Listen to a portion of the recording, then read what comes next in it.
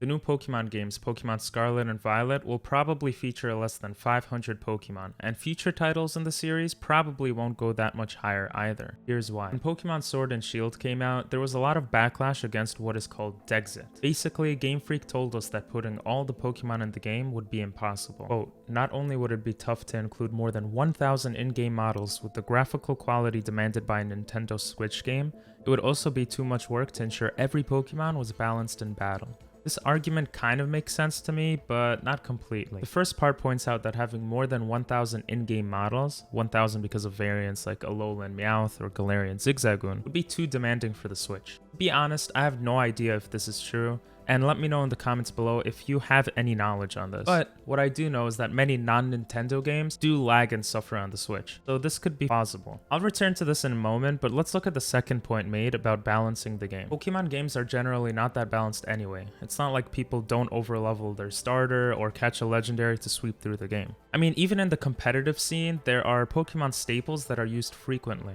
like Zacian from Pokemon Sword and Shield. Maybe the argument here is that it would unbalance things even further, but honestly I think that's a weak argument to make. I mean, people do Nuzlocke for a reason. Pokemon is easy, no matter what. Returning to the first point about issues with including too many Pokemon models, let's see how many Pokemon were in each generation of Pokemon games to have a good look at things. According to Bulbapedia, Gen 7, or more specifically Pokemon Ultra Sun and Moon, the last mainline game in this generation, because I don't include Pokemon Let's Go Eevee or Let's Go Pikachu, featured 790 in-game Pokemon with 17 event-exclusive Pokemon. Gen 8 though, the first game on the Switch, featured only 402 Pokemon before Pokemon Home was released, which you had to pay for, which brought the total to 436. After DLC was released, that total went up to 651 Pokemon that we were able to get or transfer over from previous games. This means that if you just bought the base game without Pokemon Home or any DLC, you would only be able to get 402 Pokemon,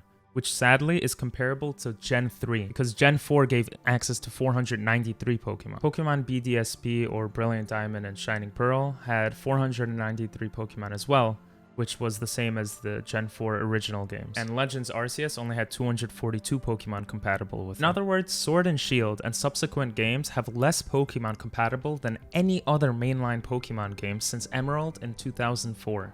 Which was almost 20 years ago. In other words, Scarlet and Violet will most likely not even have half of the Pokédex, which in my opinion is quite sad. And if Game Freak resorts to an excuse of difficulty balancing the game and graphical quality issues, but releases DLC for more compatible Pokemon, then I believe we should, as buyers of these games, stand up and ask for more, because something doesn't add up there. I love Pokemon, and I do believe that for whatever people say, the new games are pretty good and fun games.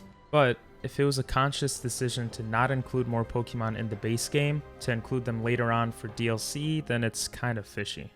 Watch the next video if you'd like.